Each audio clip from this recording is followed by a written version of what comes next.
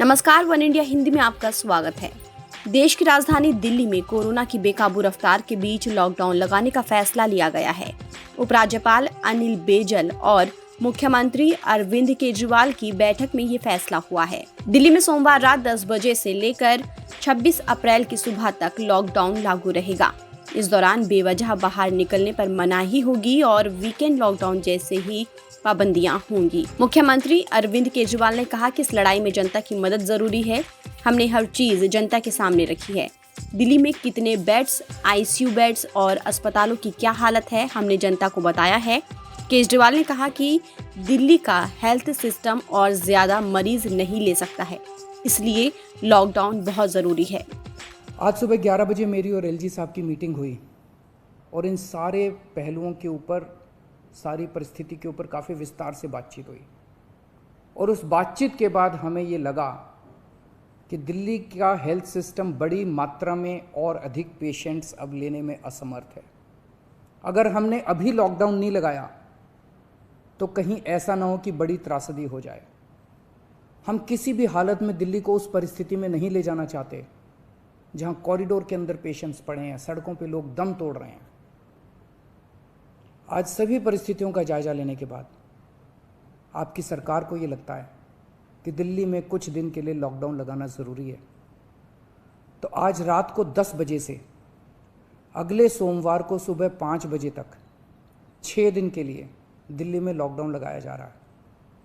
इस दौरान जाहिर है कि जो एसेंशियल सर्विसेज हैं वो जारी रहेंगी, खाने पीने की, मेडिकल व्यवस्थाओं की वो जारी रहेंगी। ये शादियों का सीज़न है, लोगों के बड़े मुश्किल से रिश्ते बनते हैं, हम उनके रिश्ते तोड़ना नहीं चाहते, तो लोगों की शादियां संपन्न हों, लेकिन केवल 50 लोगों के गैदरिंग के साथ संपन्न हो।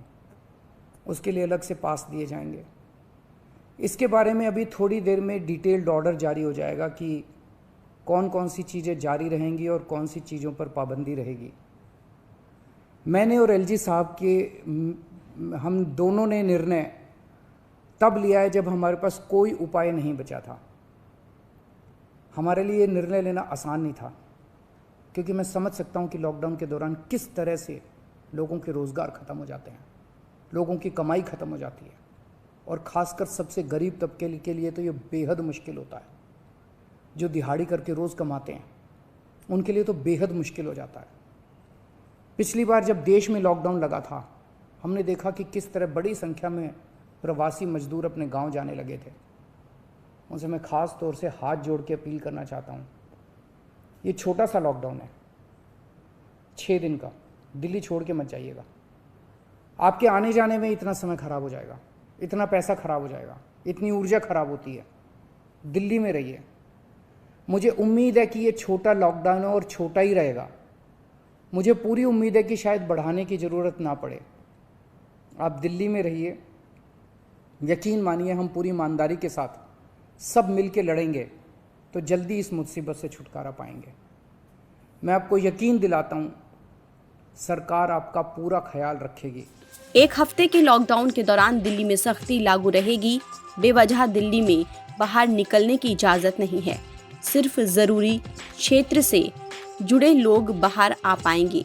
दिल्ली में सभी प्राइवेट ऑफिस को वर्क फ्रॉम होम ही करना होगा। सरकारी दफ्तर में आधे ही अफसर आ सकेंगे। अस्पताल जाने वाले, मेडिकल स्टोर जाने वाले, वैक्सीन लगवाने जाने वाले लोगों को लॉकडाउन में छूट मिलेगी। Railway station, airport, bus station जाने वाले लोगों को भी छूट मिलती रहेगी। मेट्रो बस सर्विस चालू रहेगी, लेकिन 50% यात्रियों को इजाज़त मिलेगी। दिल्ली में बैंक, एटीएम खुले रहेंगे, साथ ही पेट्रोल पंप खुले रहेंगे।